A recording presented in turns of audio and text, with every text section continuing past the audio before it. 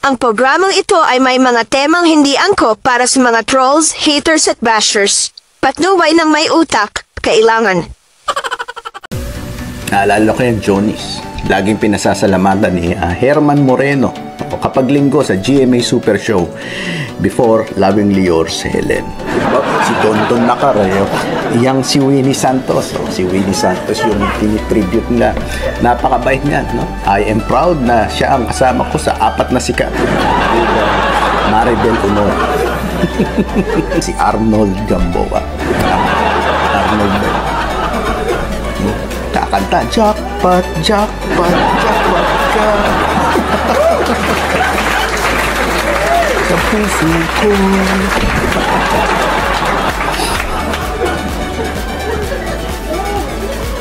Ang point ko, imagine kung nagbasa na lang ako ng libro noon, imbis na nanood ng TV. Why does Philippine kabit culture allow slut shaming? Ginagawa natin lahat yan sa social media.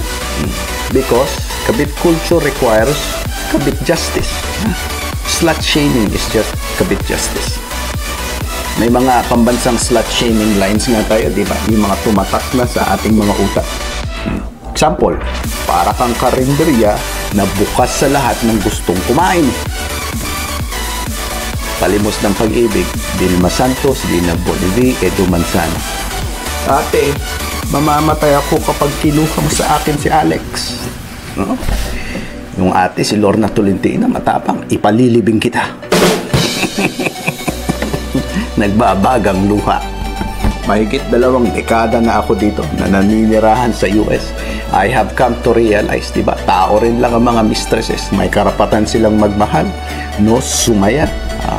Umibig. No, we just let them be. File for divorce.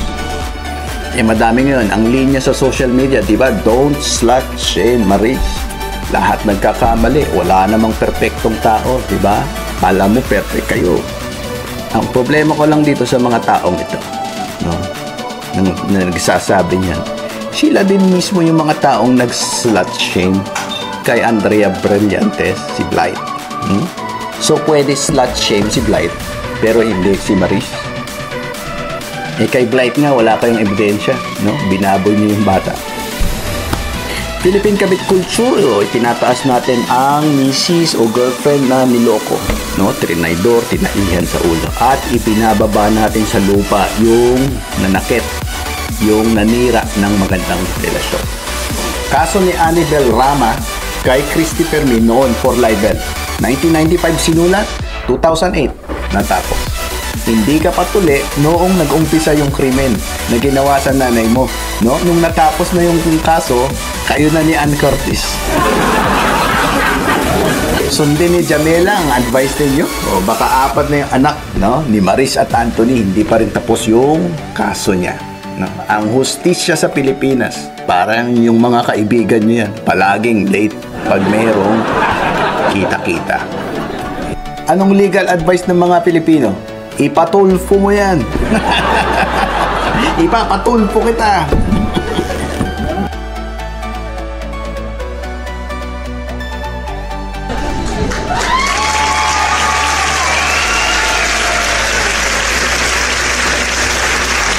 Yung Jonis, diba? May Jonis pa back sa Philippines. Red ribbon na lang. Naalala ko yan, Jonis. Laging pinasasalamatan ni Herman Moreno kapag linggo sa GMA Super Show before Lovingly Yours, Helen. Kasi may mga birthday dyan na ginaganap, di ba? Debut-debut ng mga artista. O kung if I'm not mistaken, dyan nag-debut yung anak ni Amalia Fuentes.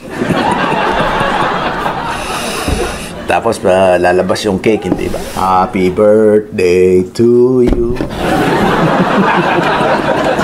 Sa papasalamatan ni Herman Moreno. Thank you for the wonderful cake, Jonis. Ang ganda. Kaya kayo mga bata, makikinig kayo sa mga nanay nyo. Pag sinabihan kayong mag-aral kayo, wag puro TV at internet. Kasi yung utak nyo very fresh pa. Very young, ang bilis mag-absorb. At hindi nyo makakalimutan. So, memorize important things. Yung magagamit ninyo pagtanda nyo. Naalala ko nun, no? To amplify my point. Si Ike Losada, bata. Yung show niya, Big Ike's Happening. Wow. Ano yung happening niya? Laging may isang artista na may tribute siya. Buong palabas niya, tribute para sa particular na artista na yun, na napili niya. Iimbitay nila yung mga malalapit na kamag-anak, kaibigan, sa showbiz so they can pay tribute, magsasalita. Si Don Nakar, yang si Winnie Santos. Si Winnie Santos yung tinitribute nila. Napakabait niyan, no? I am proud na siya ang kasama ko sa 4 na sikat. Maribel Honor. Mamaya may surprise guest, no? Hindi alam ni Winnie. May surprise guest kami sa iyo. Gusto bumati. Kakantahan ka. Sino yun? Lalabas si Arnold Gamboa. Arnold. Kakanta. Jackpot, jackpot, jackpot ka. Sa puso ko.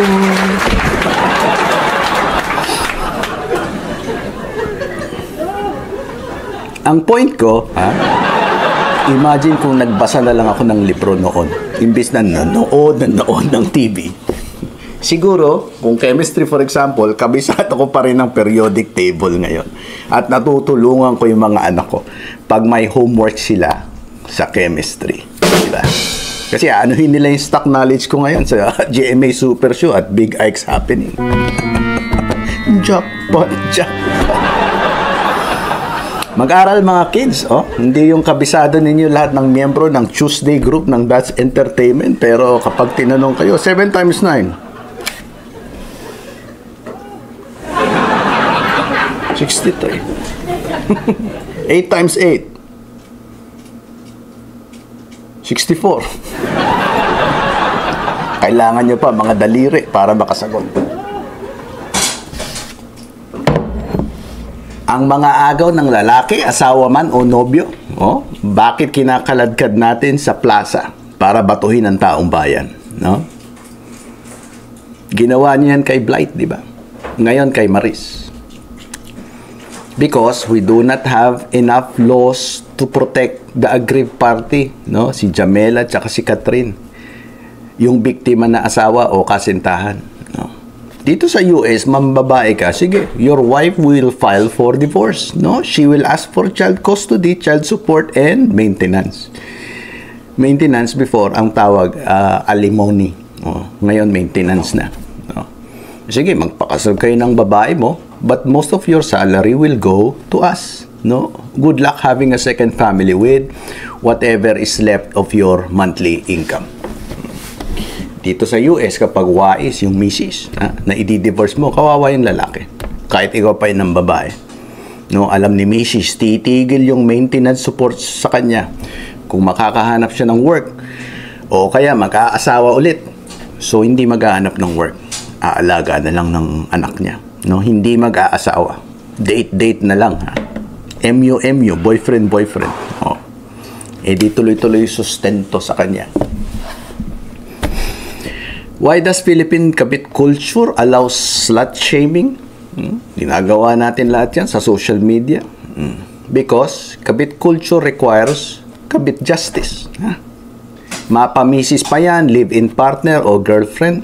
Kabit culture treats betrayal seriously.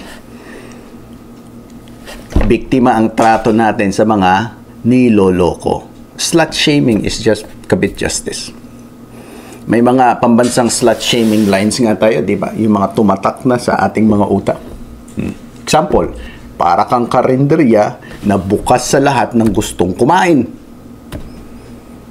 Palimos ng Pag-ibig, Vilma Santos, Dina Bonivi, Edo Manzano. Tapos meron pang isang classic, di ba? Yung Alice Dixon, Lorna Tolentino na sagutan, magkapatid pa. Ate, mamamatay ako kapag kinuha mo sa akin si Alex. No? Yung ate, si Lorna Tolentino, matapang, ipalilibing kita. Nagbabagang luha. You can argue all you want, na mali to slut shame the mistresses or yung mga asal mistress. Agree ako dyan, actually. No? I won't argue with you. Mahigit 2 dekada na ako dito na naninirahan sa US. I have come to realize, di ba, tao rin lang ang mga mistresses. May karapatan silang magmahal. No, sumaya. Umibig. No, you just let them be. File for divorce. Kaya lang, pag sinabi ko yan, pinalawanan ko sa mga Pilipino, no, I sympathize with mga mistresses, kukuyugin ako ng mga trolls at bashers. Kinukonsinti niyo yan. Nanira ng pamilya. Nanira ng relationship. Sa Pilipinas, ang mga nakikisimpatya sa mga agaw ng boyfriend ng may boyfriend, mga agaw ng asawa ng may asawa, napuputokan ng galit ng taong bayan. Kaya tahimik lang yung mga supporter ng mga mistresses. Madami ngayon. Ang linya sa social media, di ba? Don't slut shame Maris. Lahat nagkakamali. Wala namang perfectong tao, di ba? Kala mo perfect kayo. Nag-sorry na, move on na tayo. I'm cool with that. Don't slut shame ang mga mistresses at ang mga asal mistresses. Ang problema ko lang dito sa mga taong ito, no, na nagsasabi niyan, sila din mismo yung mga taong nag-slut shame kay Andrea Brillantes, si Blight. Kasi either maka-Catherine Bernardo sila o hindi nila type masyado si Blight, no? Baka Francet fans, di ba? Kasi magkaribal yan si Blight at si Francet. So, pwede slut shame si Blight, pero hindi si Maris. Kay Blight nga, wala kayong ebidensya, no? Binaboy niyo yung bata. Values, magandang asal. Values cease to become values once you selectively apply it. If arbitrary or random yung application ninyo, no? Don't slut shame Maris. Lahat nagkakamali.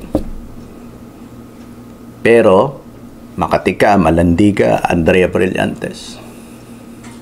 Ang magandang asal, for example, paggamit ng po at opo, hindi lang sa magulang at sa tito mo ginagawa yan. At sa tita, di ba? Sa kamag-anak. Sa lahat ng matatanda, gumagamit ka ng po at opo. Kaya nga values consistent. Anong value ng 2 plus 1? 3. Baliktarin mo man yan, 3 plus 1 plus 2, 3 pa rin. Baliktarin mo pa lalo, 3 equals 1 plus 2, same. 3 pa rin yung value. Consistent values. Philippine Kabit Culture, itinataas natin ang misis o girlfriend na niloko, no? Trinaydor, tinaihan sa ulo. At ibinababa natin sa lupa yung nanakit, yung nanira ng magandang relasyon. Slut shaming is a weapon reserved for wives, live-in partners, and girlfriends, no? To get rid of mistresses, no? Or asal mistresses, no? To put them in their place. Perfect example yan si Catherine, di ba? Labasan bigla yung mga post sa social media, no? Gaano ka-abusive si DJ nung sila pa. Mga interview clips na inaaway o pinapahiya ni DJ si Catherine sa publiko. Nagtatantrum si DJ sa harap ni Catherine. No, we elevated Catherine Bernardo. At kasabay yan ang labas ng mga post, slut shaming Blight. Philippine Kabit Culture. Ngayon kay Jamela at kay Maris naman natin nakikita. Kabit Culture doesn't defend the mistress. Kapag nahuhuli sila. Kaya isa lang ang rule sa mga mistresses. Huwag kayo pahuhuli. Dahil sa bayan ng mayroong macho culture, hindi mawawala ang mistresses. Nakita nyo? Konektado yung mga kultura natin.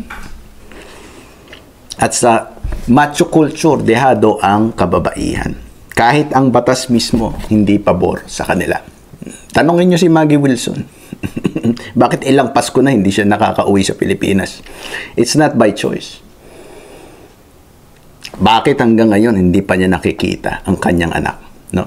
I admire her so much. Pina-follow ko siya sa Instagram. Kasi yung mga post niya, ang saya, di ba? She's having the time of her life. Laging nasa beach. Laging naka-bathing suit.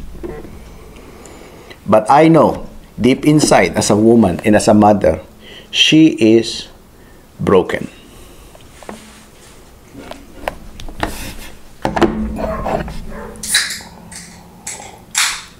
Sinampahan siya ng adultery ni Mr. Consunji.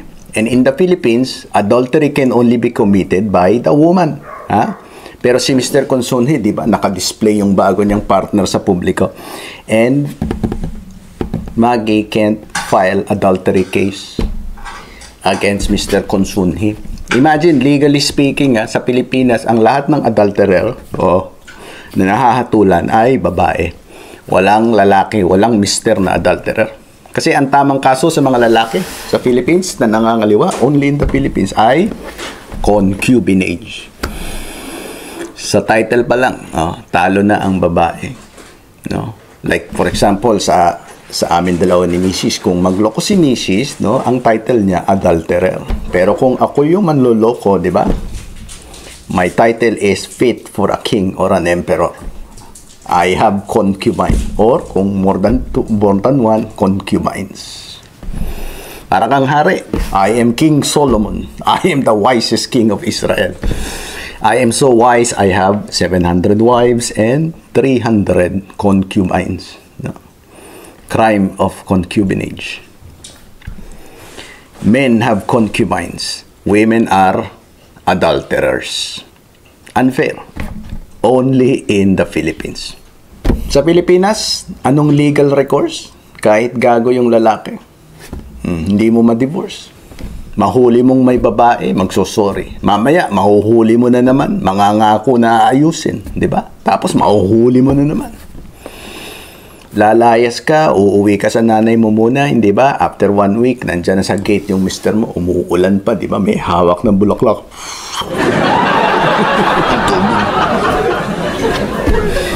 So sorry, di ba? Bumalik ka na sa atin. Namimiss ka na ng mga anak mo. Humihingi ng tawad, magbabago na siya. Yun pala, may malaking LQ lang sila ng kabit niya. No? After 1 month, okay na naman yung mister mo tsaka yung kabit niya. May problema ka na naman. Yung kabit culture natin provides the perfect conditions, no, for cheating. Di ba, ganyan ugali ni Anthony? Nahuli ni Jamela? Ay, method acting lang yan, Jam. Maya-maya, nahuli na naman. Ay, aayusin ko na. Kakausapin ko. Tapos, nahuli na naman, di ba? Pinapakisamahan ko lang. Lasing eh. Our kabit culture raised many Anthonys and Jamelas. And of course, Maris. No? Babae ka, kailangan mong magtiis. No? Lalaki ka, pwede kang mambabae. Because in the Philippines, men will never be adulterers. Reserve yan. Title na yan para sa babae. Na malalandi. Unfair. No? Pero sabi nga ni Manang Aimee, lahat ay may solusyon. But we'll discuss possible solutions dito sa culture problem natin in the future. So, tabi ka muna, Manang. Anyway, nakita nyo gaano kalaki yung topic natin na hinukay ni Maris? Dami nating pwede matutunan sa ating sarili bilang mga Pilipino. Yung mga chismis vlog na pinapanood nyo hanggang I'll touch myself na lang. Yung kaya nilang isipin, yung kaya nila i-discuss. Smoke and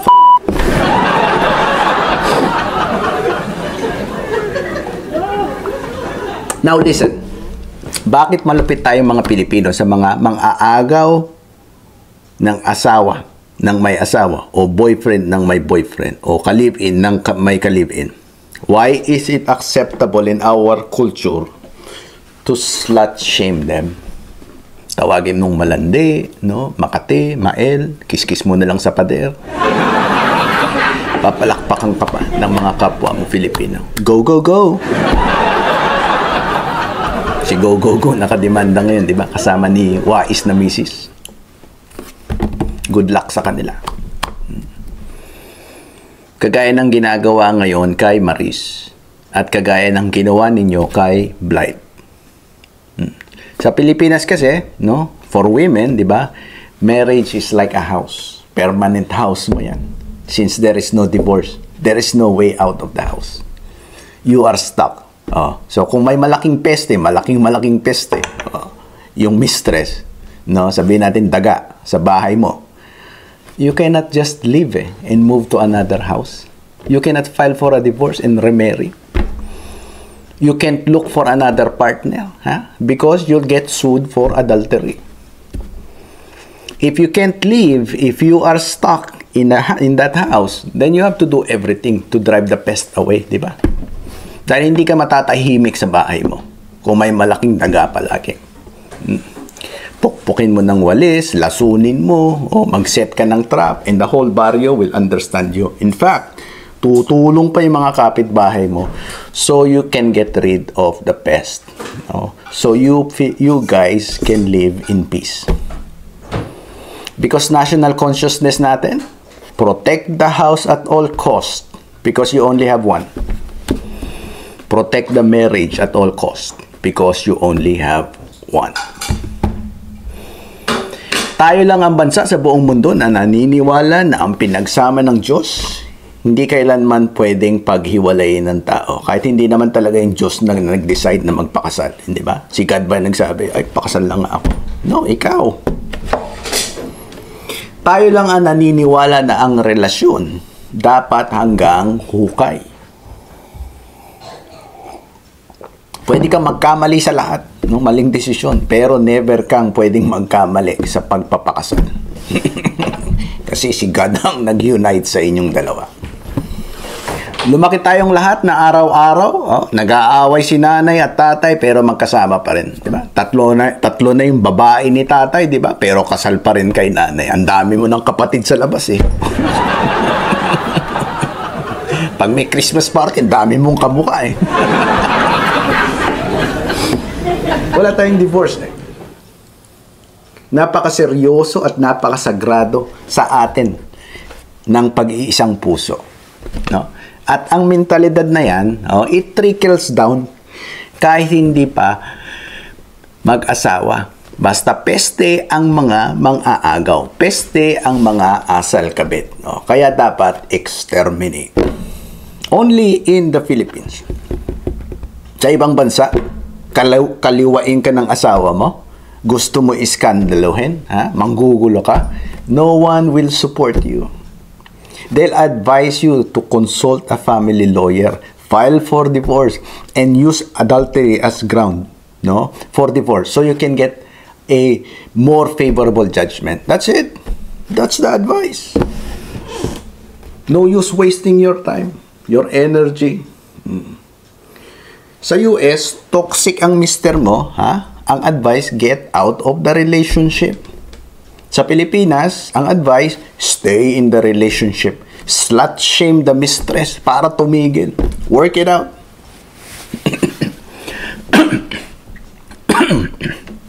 Sa US, ang advice, there are men out there, madaming lalaki dyan, more deserving of your love. No?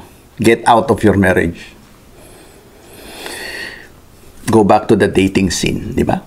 Sa Pilipinas, no, makita mo yung lalaki na deserving of your love, more deserving than the one you married, ang advice sa'yo, ingat-ingat lang, baka mahuli ka, mapatay kayo, mademanda ka ng adultery.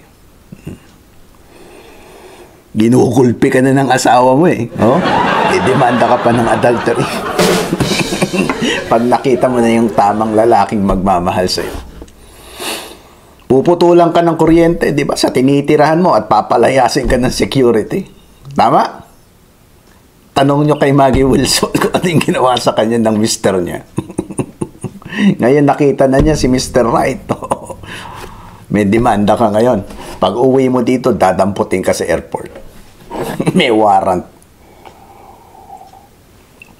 We have a unique kabit culture with a unique kabit justice. Kaya ganyan tayo. Kaya we see Jamela as the victim. Di ba? Kaya we are ganging up on Maris. The terms Makate, Malande, Mael, ginagamit natin sa mga kabit. Ginagamit din natin sa asal kabit. No? Kahit hindi pa mag-asawa yung relationship na ginugulo. Add to it, We are a third world country with a third world justice.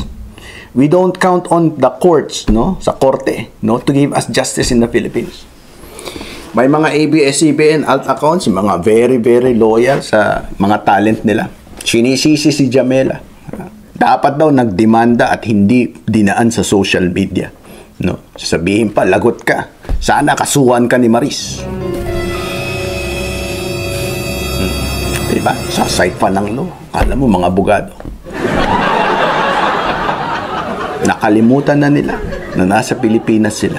Na sila mismo, tuwang-tuwa, na ang Senado ang lumilite sa mga krimen, no, sa gobyerno, na dapat korte ang gumagawa. Mas may tiwala sila sa Senator Risa Hontiveros na hindi nga abogado, di ba? Kesa sa mga maestrado sa korte na taon ang inabot sa pag-aaral, sa pagpapractice bago maging judge. Kasi alam nila, kahit mabait yung judge, kahit maayos, wala naman nangyayari sa mga kasong sinasampa sa korte. Third world justice. Wala namang napaparusahan sa korte. Name it. Malaya lahat sila ng mga kinasuhan. Marcos, Erap, Gloria Arroyo, Enrile, Jinggoy, Bong Revilla, hindi ba? Si Janet Napoles. Absuelto. Pati si Roderick Paulate, di ba? Nakulong ba? Nagkapelikula pa recently, December 9, ano ang news sa Philippine Star?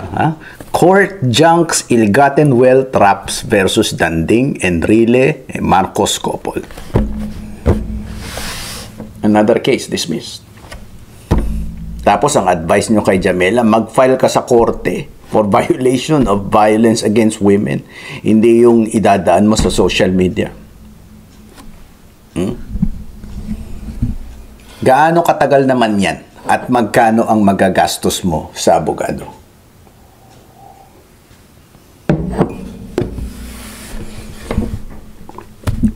Case in point, bigyan ko kayo ng kaso na makaka-relate kayo. Kaso ni Annabel Rama kay Christy Fermin noon for libel.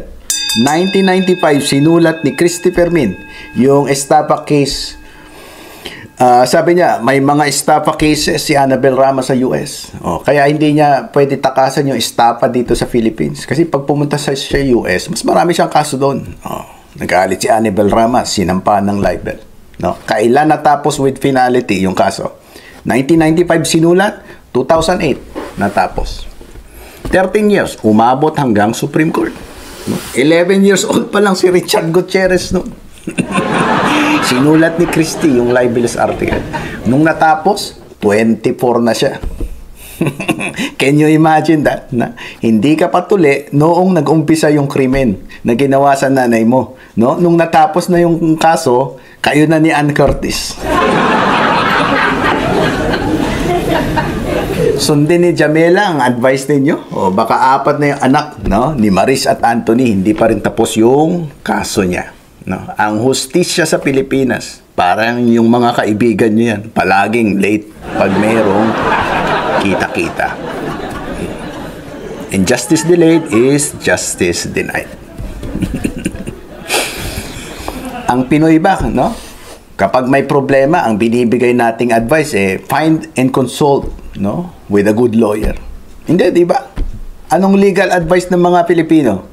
Ipatulfo mo yan. Ipapatulfo kita.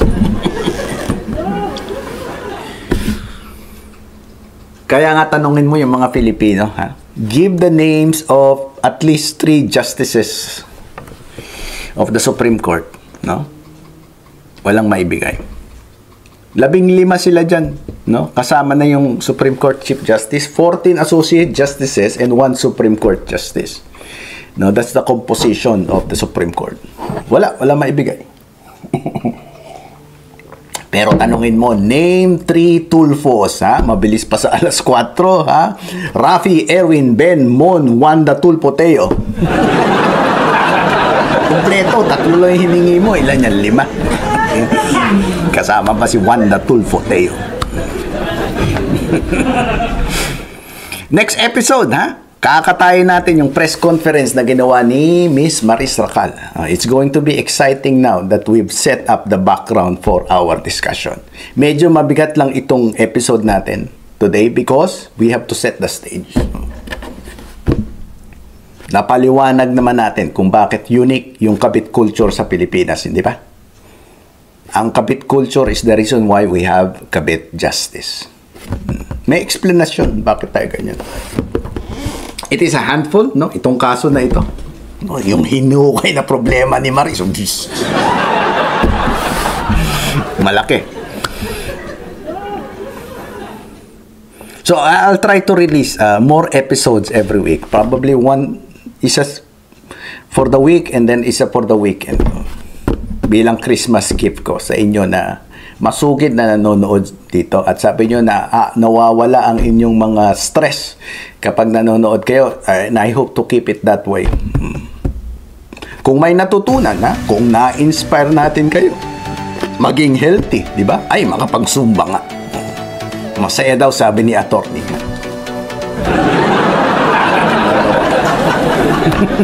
Like, subscribe, share para sa susunod na pagtawag ko. Kayo ang unang makakarinig ng Tara Kape.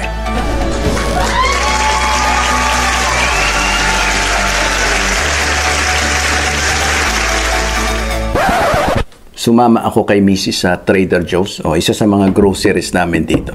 I just stayed doon sa nursery, yung plants area, plants and flowers. Ang gaganda ng mga bulaklak, very refreshing. Walang retoke. Hindi nila kailangan magpabelo flowers. They're very beautiful, stunning. Yet they are very humble. Nandun lang sila, quietly. Ang sarap i-appreciate. Favorite ko tingnan sa nursery nila kapag may Pasko, yung grumpy tree.